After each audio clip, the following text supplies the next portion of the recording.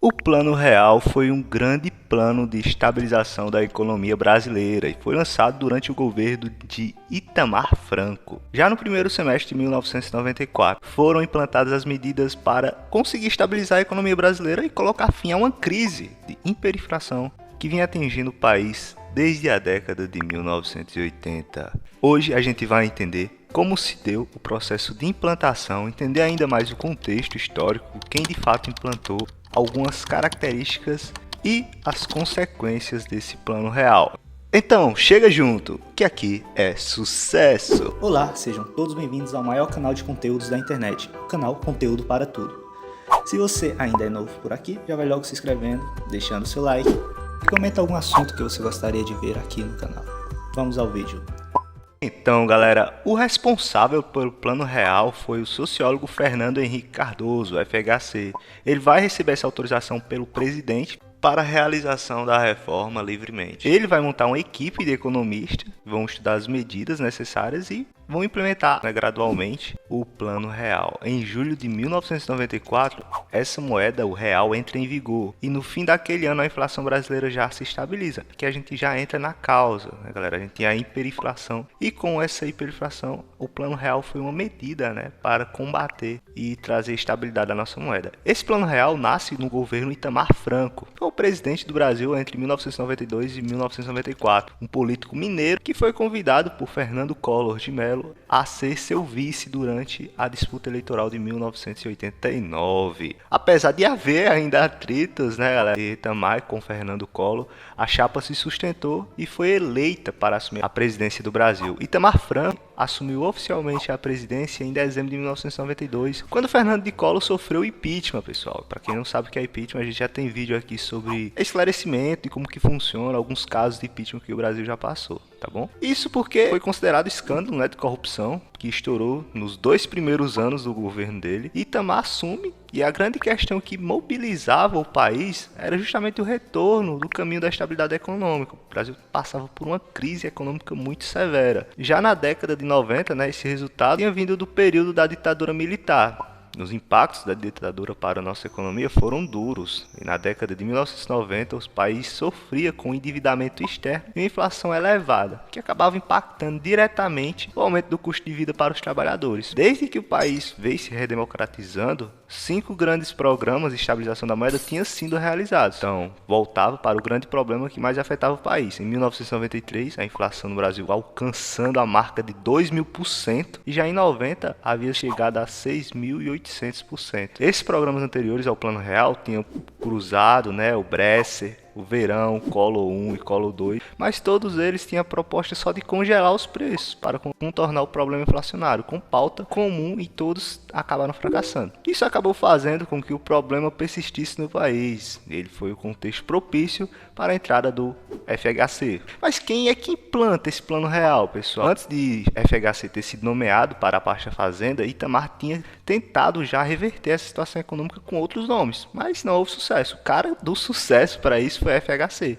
Em 1993, Itamar vai chamar a FHC, Fernando Henrique Cardoso, que era até então ministro das Relações Exteriores, e ele assume o Ministério da Fazenda. Quando é empossado, a FHC começa a formar sua equipe. E aí ele traz alguns nomes que vão se destacar, né? Economista que havia atuado já no Plano Cruzado, ó, André Lara de Rezende, Pécio Arida, entre outros. E esses mesmos economistas já tinham atuado até em outro plano econômico. Um deles, o Plano Econômico de Sarney, em 1986, mas que também tinha fracassado. O Plano Real foi debatido publicamente. A ideia era passar confiança para a população que sentisse que as mudanças seriam implementadas. As mudanças propostas pela equipe de FHC vão romper com as medidas adotadas em outros governos. O plano gera desconfiança, sim, de forma política, mas foi necessário, tendo o apoio do Congresso para que as principais medidas do plano fossem implementadas. Teve sim resistência dos partidos que acreditavam que as medidas determinadas no Plano Real iam prejudicar os trabalhadores. Teve sim críticas, né, que foram feitas por conta dos aumentos dos impostos propostos pelo plano, de forma que o uso da moeda virtual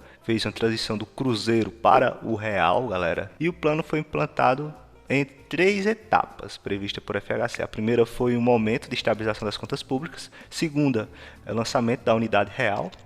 de valor, que é o URV, e a terceira fase foi justamente o momento do lançamento efetivo do real, quando o plano foi aplicado. Todavia, os resultados foram rápidos. No final de 1994, a inflação mensal já era de 1%, diferentemente de junho, que tinha sido quase 50%, galera. E quais foram as principais medidas do Plano Real? A primeira mudança era equilibrar as contas públicas. Assim, o governo traça metas para reduzir os gastos públicos, estabelecimento de privatizações como meta para aumentar a receita do Estado e reduzir os gastos. O governo ainda impôs uma série de aumentos de impostos, promoveu a reforma no orçamento da União, fazendo com que determinados tributos ficassem desvinculados de destinações estipuladas pela Constituição de 1988. O Plano Real também promoveu a desindexação da economia, isto é, preços e valores não teriam reajustes diários baseados na inflação, uma vez que esse reajuste contínuo era uma das causas da inflação que vinha afetando a sociedade brasileira.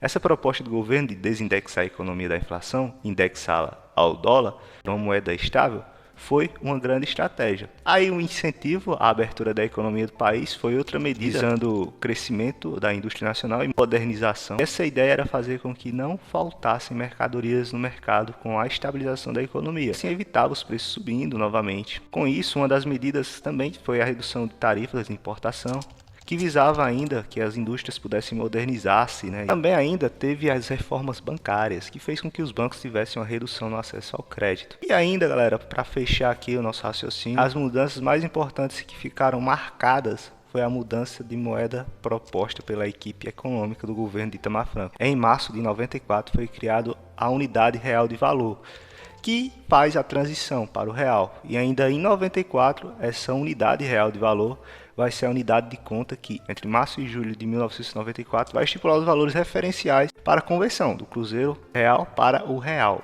Esses valores estipulados pelo próprio governo. O real vai ser efetivamente lançado no dia 1º de julho de 1994. Estipulou-se que um real valeria uma unidade real de valor. Valeria, na época, 2.750 cruzeiros reais. Até aqui a gente vem conhecendo e entendendo que vem indexado ao dólar, trazendo essa conversão. E que vai garantir sua estabilidade e segurança. Para isso, o governo vai precisar aumentar as reservas cambiais e atrair dólares para o país, uma vez que é necessário ter estoque de dólar para dar lastro ao real. E o real vai se mostrar uma moeda estável, uma vez que se sustentava na variação cambial do dólar. O real, ele de todo o seu plano, vai sustentar e vai conseguir baixar a inflação. E em julho ainda do mesmo ano, ela vai estar abaixo de 10%. No final de 94, ela já está em 1% por mês. De forma política, o sucesso do Plano Real, ele referenda Fernando Henrique Cardoso para a disputa presidencial. E aí, em 1994, o ministro da Fazenda, FHC, ele vai ficar marcado como o grande responsável pelo Plano Real, grande nome, na verdade. O FHC ele vai abandonar o Ministério da Fazenda em 1994, em março, para concorrer à eleição presidencial. E a popularidade de FHC foi tão grande que ele foi eleito presidente no primeiro turno. O cara estava muito reconhecido pelo trabalho e tal. E com cerca de 55% dos votos, na época um total de 33 milhões, Então um número bem expressivo e considerável. E aí ele consegue contribuir e se manter ainda mais presente no cenário nacional, tá bom? Se você gostou do vídeo, deixa aí o seu like, deixa também o seu comentário e continue comigo. Um forte abraço.